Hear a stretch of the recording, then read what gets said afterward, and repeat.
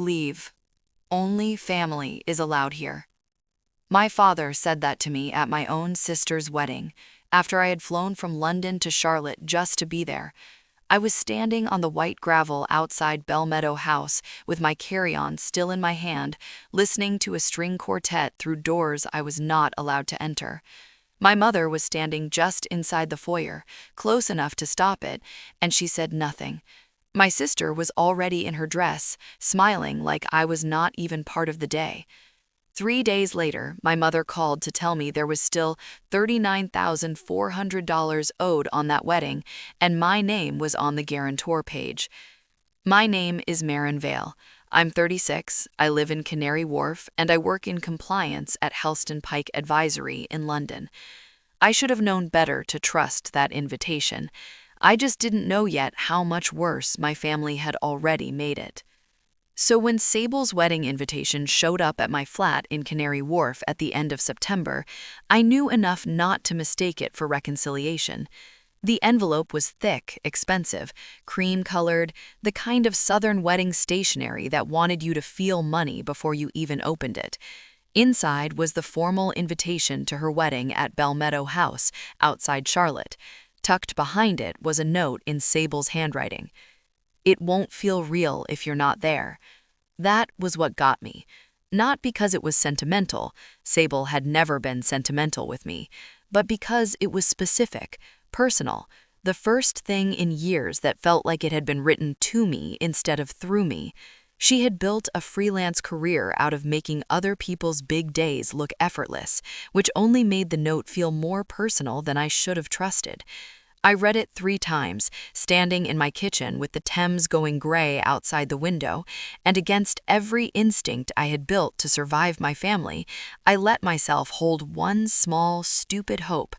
Not forgiveness, not closeness, just the possibility that this time the door might stay open. I booked a round trip from London to Charlotte, cleared a few hybrid days with Helston Pike Advisory, packed one navy dress and one pair of low heels, and told myself I was only going to see what was true. Charlotte looked the way it always had the moment I pulled away from the airport. Wide roads, clean medians, strip malls trying to look permanent, neighborhoods with perfect shrubs and front porches where people smiled too quickly and asked careful questions. Everything looked orderly. Everything felt arranged. My family had always made the most sense in a place like that. I checked into the Renaissance South Park instead of going to my parents' house. I had not stayed under their roof in years, and nobody even pretended to be surprised anymore. I hung my dress in the closet, set my suitcase by the wall, and called Sable that night. She picked up on the 4th ring, bright and distracted. "Hey," she said, "I'm at rehearsal." "I made it in." "Good, that's good." There was a pause, thin and useless. "Anything I should know for tomorrow?" "Just be there before the ceremony. We're slammed tonight." Her voice had that clipped quality people get when they are either hiding something or standing too close to someone they do not want overhearing.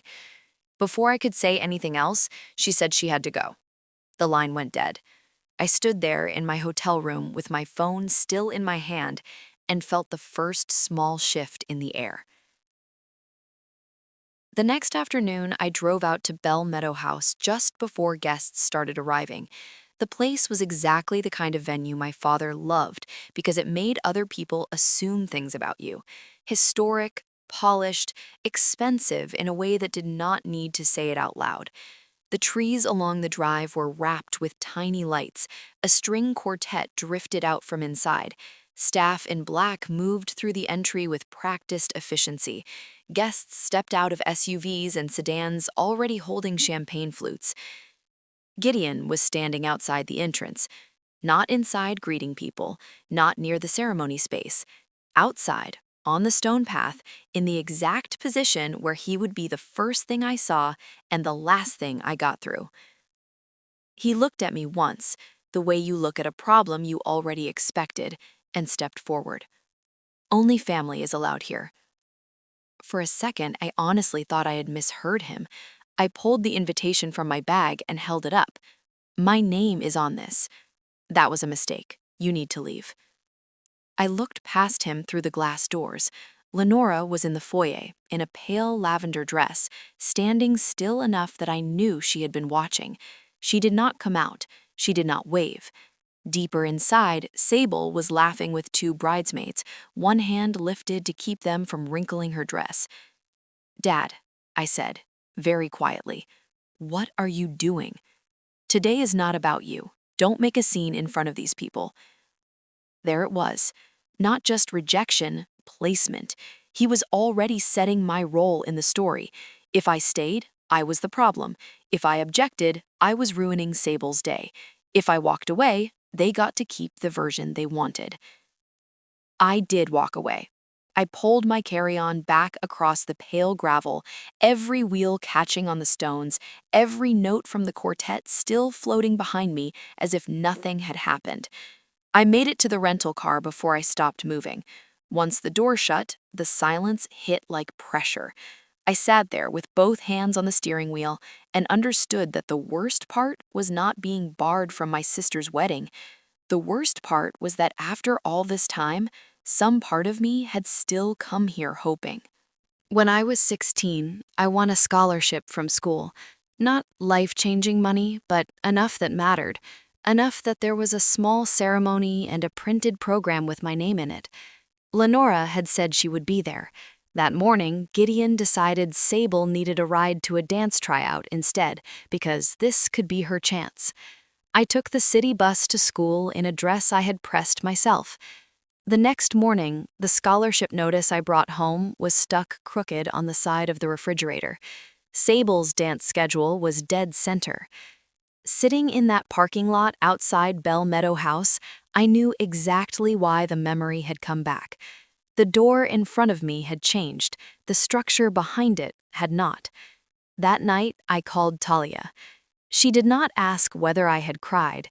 She listened, let the silence settle, then said the one thing I could not stop thinking about afterward. A family doesn't send you a real invitation, add a handwritten note, then block you at the door unless they're afraid you'll see something. On Sunday morning, I opened Instagram and found Lenora posting a collage with an old photo of me and Sable as girls tucked into the corner, like proof for strangers that both daughters still fit neatly in the same story. Sable had wedding morning photos up already: hair, makeup, flowers, the soft gold light of Bell Meadow House making everything look blessed. By Monday morning, Lenora called. I thought maybe, finally, this was the explanation. Instead, she got right to it. "Bell Meadow House says you're the guarantor, Marin. There's still $39,400 outstanding." I sat up so fast the hotel comforter slid to the floor. "What are you talking about?" There was a rustle on her end. Paper, maybe, or her hand over the receiver. "The balance. Your name is on it." And just like that, the closed door stopped being the story. Something much worse took its place. There was a rustle on Lenora's end. Then Gideon's voice came in hard and close, like he had already been standing there waiting for his turn. "The venue needed a guarantor. Your name is on it, so handle it." I swung my legs off the bed and reached for the lamp. Morning light was already cutting through the gap in the curtains, sharp and white across the carpet. "I never signed anything for Sable's wedding." "Your name is on the paperwork, Marin. That's what matters." "Not that I signed it." A beat. Then he went right around the word. "Bell Meadow doesn't care about family drama. They care about who's on the page." That was the first thing that really landed. Not his tone, not the audacity, the way he avoided the only part that mattered: consent, signature, authorization. He kept circling back to my name, like that alone was enough to make the rest disappear. I ended the call without giving him the satisfaction of hearing me unravel. Then I opened my laptop. At Halston Pike Advisory, most of my job came down to one rule: write down what happened before somebody else writes it for you. I pulled up a blank document and started a chronology. Friday, November 7th. Arrived at Bell Meadow House. Blocked at entrance by Gideon Vale. Told only family is allowed here. Monday, November 10th, 9:12 a.m. Lenora says venue is calling about balance. 9:14 a.m. Gideon confirms my name is on guarantor paperwork and demands I handle it. I typed out exact phrases while they were still fresh. Your name is on it. The venue needed someone. Handle it. He had not once said you agreed, not once said you signed. I called Belmeadow House at 10:01. The woman at the front desk transferred me to the event office. Another woman came on, brisk and polite, and confirmed that the Vale Mercer wedding was in their system. When I told her I needed to dispute the authenticity of any guarantor signature attributed to me, her tone changed just enough for me to hear the seriousness in it. One moment, Miss Vale. I'm going to move this to contracts administration. Avery Sloane picked up with the kind of voice that made you sit straighter even when you were alone in a hotel room. Controlled, neutral, impossible to rush. This is Avery Sloane with Belmeadow Hospitality Group. I understand you are disputing a guarantor page associated with one of our events. I am. My name may be on that page, but I did not sign anything related to my sister's wedding.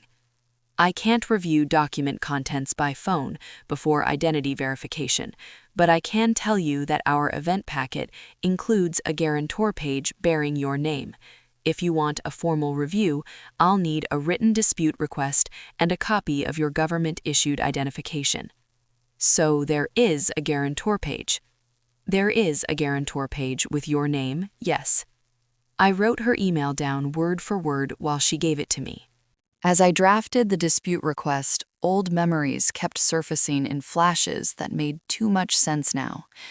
In 2023, Gideon had asked me, in that casual, fake way of his, what the process was if a business line needed a temporary cosigner.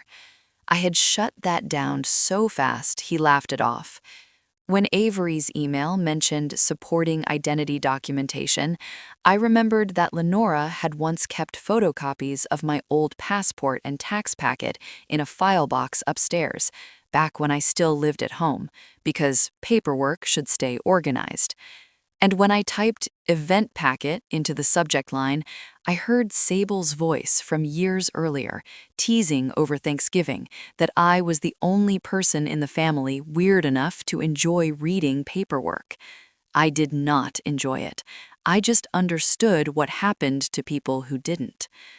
Talia called as soon as I texted her that the venue had confirmed a guarantor page existed.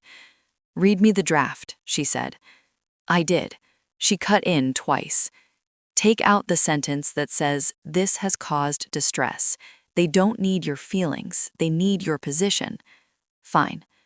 Add that you never signed, never authorized anyone to sign, and dispute the validity of any guarantor execution in your name. Ask them to preserve the original ink-signed document if one exists. I typed while she spoke. And put in writing that no collection correspondence should treat you as a liable party until the review is complete. Done. Send it. I sent the email at 10:43 a.m. with my passport attached. The family campaign started before lunch. Claudia Hartwell called first. Her voice was warm enough to pass for kindness if you didn't listen too closely. "Honey, your mother is beside herself. She says you promised to help with the venue, and now everything's upside down." I didn't promise anything. "Well, I'm sure there's been some misunderstanding, but your parents are panicking. Maybe just do what you can and settle it quietly." Russ Hartwell sent an email 20 minutes later about not letting money tear the family apart. Mina texted, "If you already said you'd help, just pay it and move on." Every message had the same bones. You promised. Your parents are panicking. This could cost them the house. Lenora had already done her work. Sable called at 1:17. No hello, no apology, no mention of Belmeadow's front doors. You need to stop escalating this. Escalating what exactly? The venue balance. Dad says they're threatening action if it isn't cleared. Dad says a lot of things. You live in London, Marin. You have a great job. You have your own place. This is a one-time hit. Just pay it and be done. I got up and started pacing the room. Do you know my name is on the guarantor page? A pause. Dad handled the paperwork. That wasn't my question. Another pause, tighter this time. I don't know every detail. Did you know and still let him stop me at the door? She exhaled hard. You always know how to make everything about you. I stopped walking. That answer told me everything I needed. By late afternoon, Avery replied. Belmeadow Hospitality Group acknowledges receipt of your dispute and identity verification materials. At this time, our records reflect a guarantor page naming you in connection with the Vale Mercer wedding event. Pending internal document handling review, collection activity directed to you is temporarily suspended. A scanned copy of the relevant event documents will be provided within 2 business days. I read the message twice, then forwarded it to Talia. They're not blowing you off, she said when she called back. That's good. It means they see enough risk to pause collection until they review it. And if the signature is fake, then paper is either about to save you or bury your parents. That night, Gideon called again. I let it ring once, twice, then picked up. I talked to my guy who handles real estate contracts. He says if your name is on the agreement, it stands. Your guy is not the court. You always think you're smarter than everybody else. No, I said. I just know the difference between a name and a signature. The venue has the document. Then I want the signature. He went quiet for half a second, and in that half second, I heard something new. Not guilt, not shame. A crack. When the call ended, I sat on the edge of the hotel bed with Avery's email open on my screen, my overnight bag still half unpacked by the wall, and the whole shape of the next 48 hours pressing in on me. Somewhere in Belmeadow's system, there was a page with my name on it. In my family's version of the story, I had already promised, already failed them, already become the villain. Soon, I was going to see what had actually been written. By Wednesday morning, Lenora had changed tactics. The voice that came through my phone at 8:06 sounded smaller, rougher, as if she had spent the night crying into a pillow and wanted me to hear the damage. Marin, your father hasn't slept. The store is hanging by a thread. If Belmeadow pushes this any further, it all comes down on us. I stood by the hotel window in bare feet, looking down at the South Park parking lot while she spoke. Delivery vans, a woman loading garment bags into the back of an SUV. A normal morning in a city that had no idea my family was trying to pin a wedding debt to my name. Where did my documents come from? A pause. What documents? The tax packets, any old signature samples, my passport copies. Where did you get them? Another pause, longer this time, and then she made the mistake. There were old files in the upstairs cabinet, things you left behind. We still had copies of some paperwork, and your father was under so much pressure, Marin. You would have said no if we asked. The room went completely still around me. So you knew I didn't agree. That isn't what I said. It is exactly what you said. No, Lenora went on, rushing now, like she could outrun the sentence she had already handed me. I'm saying we didn't have a choice. Belmeadow wanted someone clean on paper. Your father and I were already stretched. Your sister's wedding was days away. We were trying to hold the family together. I closed my eyes. By using my information without my permission? You're making it sound ugly on purpose. No, Mom, I said. I'm making it sound accurate. She started crying in earnest then, and maybe some of it was real, maybe all of it was. That had always been the hardest part with Lenora. Her tears were often sincere. They were also usually useful. When the call ended, I sat at the desk and opened the chronology file again. Wednesday, November 12. Lenora confirms old tax packets, photocopied signatures, and retained paperwork from upstairs cabinet. Statement made that I would have refused if asked. I stared at the screen after typing it. This was no longer a wedding that had spun out of control. It was structure. Gideon deciding my stability belonged to him when he needed it, Lenora translating theft into sacrifice, Sable enjoying whatever beauty came out the other end without ever asking who was buried underneath it. And the truth was, this had not started with Bell Meadow House. In 2022, I'd quietly wired $2,800 to cover an overdue supplier invoice for Vale Builders Supply because Gideon called at 9:40 Thursday night and said the wrong shipment delay could wreck his whole spring. The next week, he told somebody at church he had pulled it together himself. Early in 2024, he emailed me a refinancing packet for the business just after midnight with no subject line, no context, just read this before morning. I had done it, highlighted the risk points, flagged the penalty language. He never thanked me. He only stopped talking about it once he had the information he wanted. I was not their daughter when things were good. I was their emergency exit when things went wrong. Around noon, my phone buzzed with a text from Nolan. "Something's off. They've already told everybody you promised." A second later, screenshots came through. I opened the first one and felt that cold, clean anger settle in deeper. It was the family group chat, the one I had never been included in. Lenora had written, and I told them weeks ago I would help cover part of the venue and was now backing out. Gideon followed with a message about how I made more money than anyone in the family and still wouldn't help my own sister.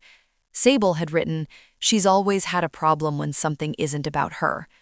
I read that line twice.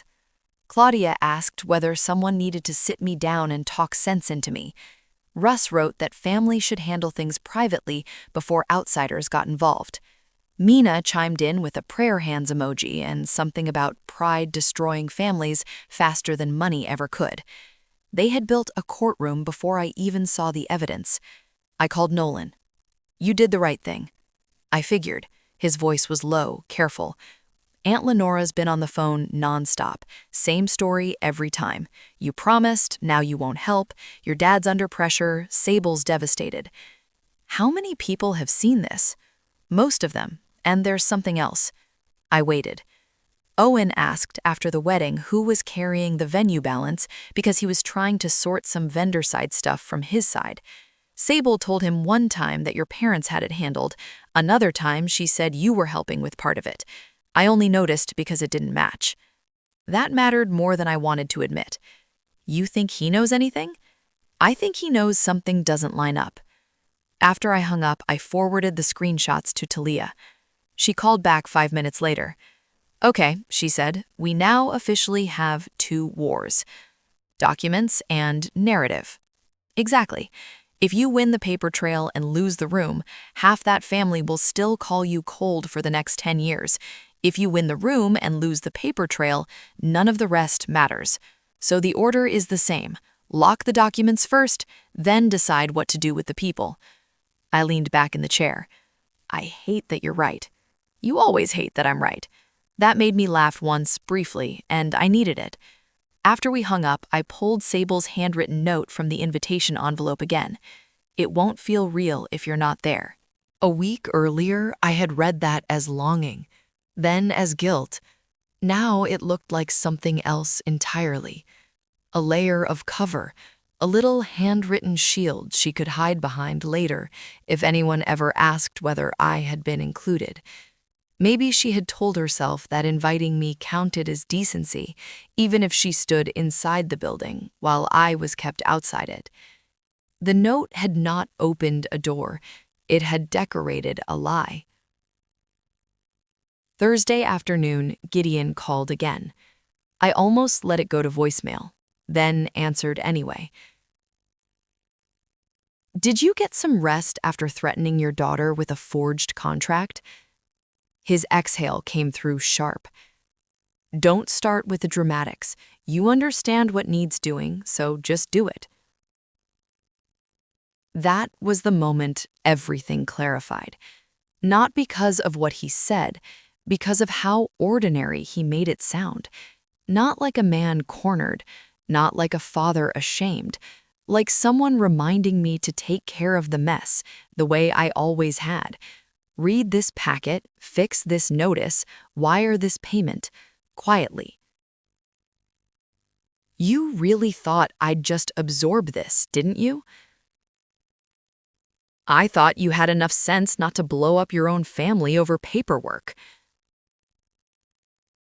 Over paperwork? You know what I mean. I did know what he meant. He meant that every time I had made things easier in the past, I had trained him to believe I would do it forever. When the call ended, I sat for a long time with that realization. He did not use my name because I lived in London. He did not use it only because I earned well.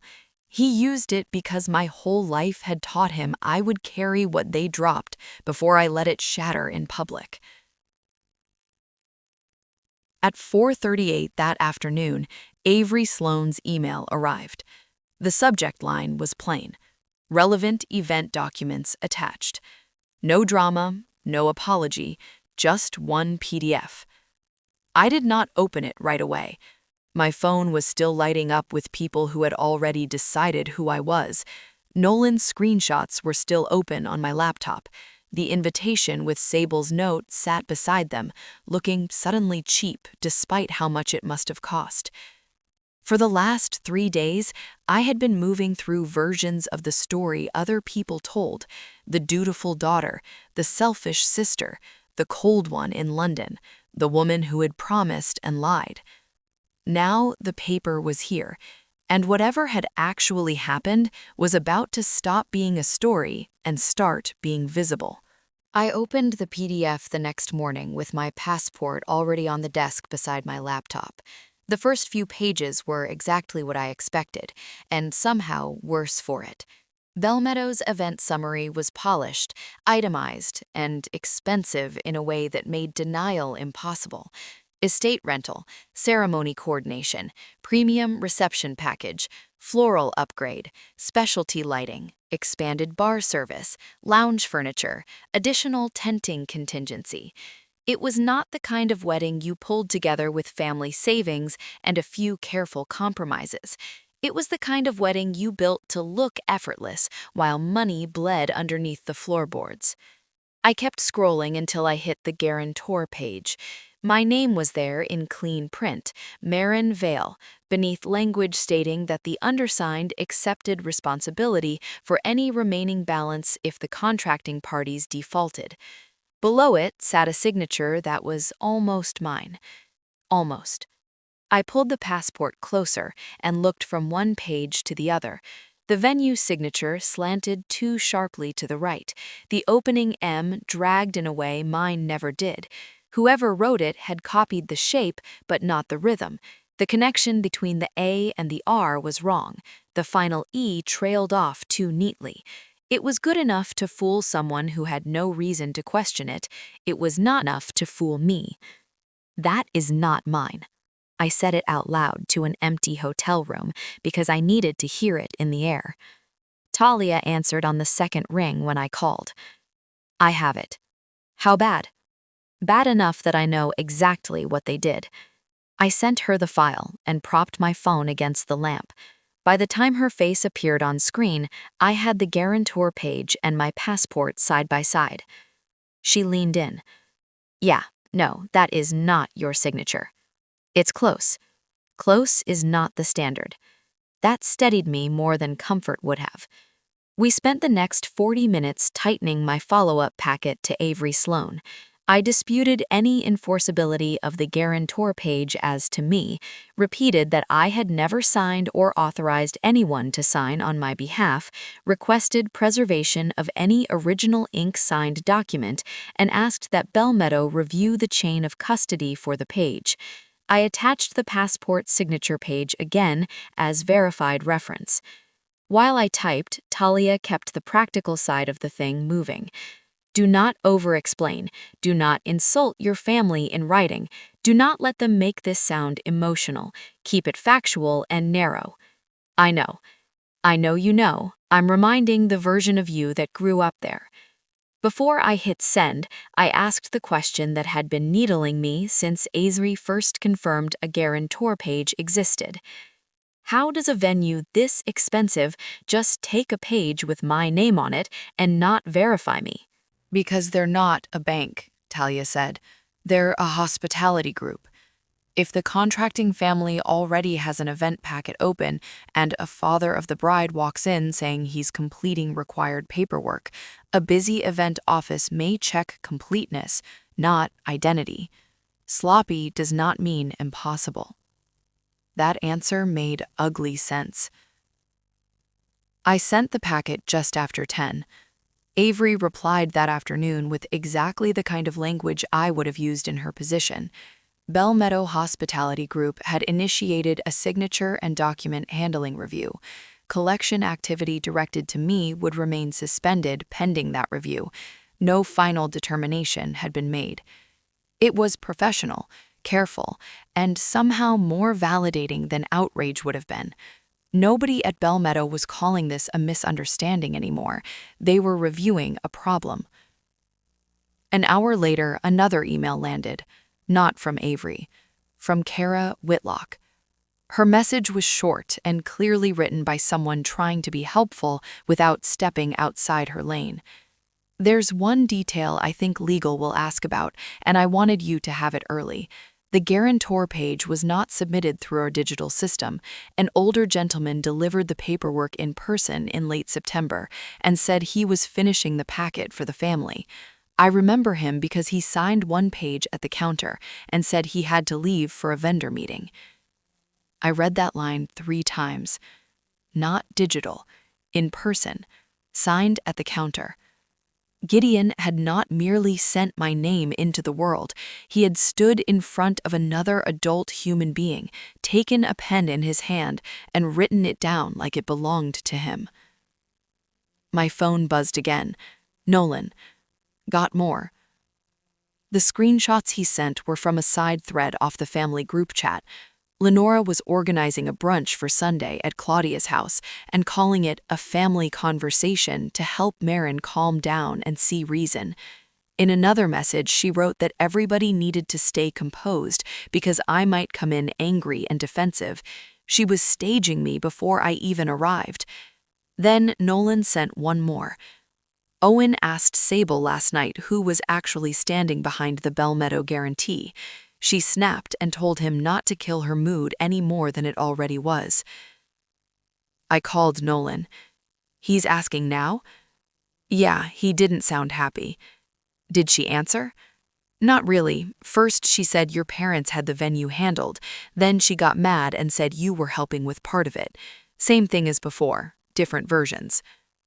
Good, I said before I could stop myself. Nolan gave a quiet laugh. I thought you'd say that.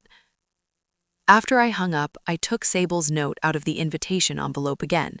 The paper still felt expensive. The handwriting still looked like hers. It won't feel real if you're not there. A week ago, I had read that as an invitation, then as guilt. Now it looked like management. A line she could point to later and say, "See, I included you." It did not matter whether she believed that lie herself, she had still used it. Talia came by the hotel just before dinner with a folder and 2 coffees. You do not have to go Sunday, she said. I know. You can fly back to London tomorrow. Let Bellmeadow finish the review. Let the paper do the work. I looked at the guarantor page again. If I leave, they still get the room. Talia didn't answer right away. Then don't leave. There was only one memory left I could not shake. Senior year of high school, I had saved for months to buy a dress for winter formal. Sable saw it hanging in the closet and decided it suited her better. Lenora told me I was stronger, more mature, less attached to things. I gave it up and got praised for being generous. What nobody ever said out loud was that my generosity always seemed to arrive exactly where somebody else's selfishness wanted to go. I looked at Talia. I'm done disappearing on schedule. That night, I printed everything in the hotel business center: the invitation with the handwritten note, the guarantor page, the passport signature page, Avery's email, Kara's message, Nolan's screenshots. I stacked them in an order that made sense and slid them into the folder one by one. I was not printing them to argue. I was printing them so that nobody in that house could claim they had not seen what was right in front of them. On Saturday evening, I drove the route to Claudia's once, just to know it in daylight. Brick colonials, trimmed lawns, the kind of neighborhood where people noticed extra cars and drew conclusions. The next morning, I dressed like I was walking into a meeting I intended to survive. White blouse, navy blazer, dark trousers, low heels. When I pulled up, Gideon's truck was already there, Lenora's car, Sable's, Owen's. A couple more lined the curb. I picked up the folder from the passenger seat and went inside. The table was set. Everyone was already seated. No one had left a chair for me. Nolan stood without a word, disappeared into the kitchen, and came back dragging one over the hardwood floor while the whole room watched me come in carrying proof instead of apology. The chair scraped loudly enough to make everyone flinch. Claudia folded her hands on the table and gave me a tight smile that never reached her eyes. "Sit down, honey. We just want to talk this through." Gideon was already at the head of the table, shoulders squared, coffee untouched in front of him. Lenora had a napkin in her lap and another one beside her plate, ready. Russ sat to her left with the expression of a man who had shown up expecting to mediate a misunderstanding. Mina kept her phone face down by her glass, but close enough to grab. Sable sat beside Owen, jaw set, makeup perfect, fury barely hidden under it. I took the chair Nolan had dragged over and set the folder on my lap. Gideon started before anyone else could. "This has gone far enough. We're here because you made a commitment to help with Sable's wedding, and now you're refusing to follow through. Bell Meadow is calling us non-stop. Your mother is in pieces. We're trying to give you a chance to do the right thing before this becomes something worse." Lenora dabbed at one eye. "Your father is under unbearable stress. The store has been struggling for months. We never wanted to burden you. We just thought family would help family." Russ nodded slowly. "Marin, maybe you don't realize how bad things are here. It's easy to look at this from London and think it's just numbers on a page." Mina leaned forward. "You've done well for yourself. Nobody's taking that away from you. But if your parents are saying you agreed to help, then why drag this out?" Sable finally spoke, and the thing that struck me was not guilt, it was annoyance. This was supposed to be the happiest week of my life. Instead, all anybody is talking about is money and paperwork and drama. I let the room settle after that. No one interrupted. No one filled the silence. They had come here ready to steer me into the role they had built for me: the difficult daughter, the cold sister, the successful woman who had become selfish. They needed me emotional. They needed me defensive. They needed me ashamed. Instead, I opened the folder. First, I put the guarantor page in the middle of the table, then my passport signature page beside it, then Avery Sloane's email confirming that collection activity against me had been suspended pending review. Then Cara Whitlock's note about the older gentleman who brought the guarantor page to the event office and signed at the counter. Last, I set down the screenshots Nolan had sent me. "This is what you're all telling me I'm supposed to pay," I said. "This is my actual signature. Bellmeadow has already stopped treating me as liable while they review the document because even they can see there's a problem. Dad keeps saying my name is on the file. He's right, it is. But it's there because somebody wrote it there, not because I agreed to anything." Claudia reached for the papers first. She lifted the contract page in one hand and my passport page beside it, and squinted hard enough that her whole face tightened. "These aren't the same." Russ took Avery's email next. I watched the change happen in real time as he read it. The righteous certainty went out of him first. Then the irritation came in, aimed at the wrong place for the first time. Lenora tried to jump in. "Wedding paperwork is messy. Things get rushed. People sign in a hurry. You know how these venues are." "No," I said. "I know exactly how venues are. That's why Bellmeadow is reviewing chain of custody." Mina picked up her phone, then put it back down without unlocking it. Gideon gave one last push. "Scans distort signatures. You could have signed something weeks ago and forgotten. Event coordinators remember what they want to remember." Staff remembers an older man bringing in the guarantor page and signing a blank line at the counter, I said. "In person." That landed. No one moved for a full second. Even Sable stopped touching the stem of her water glass. Owen turned to her slowly. "You told me your parents had the venue covered." Sable's eyes flicked to him and away. Owen kept going, quieter this time, which made it worse. "Then you said Marin was helping with a small part of it if needed, so why is there a guarantor page with her name on it?" "It's complicated. It's either her signature or it isn't.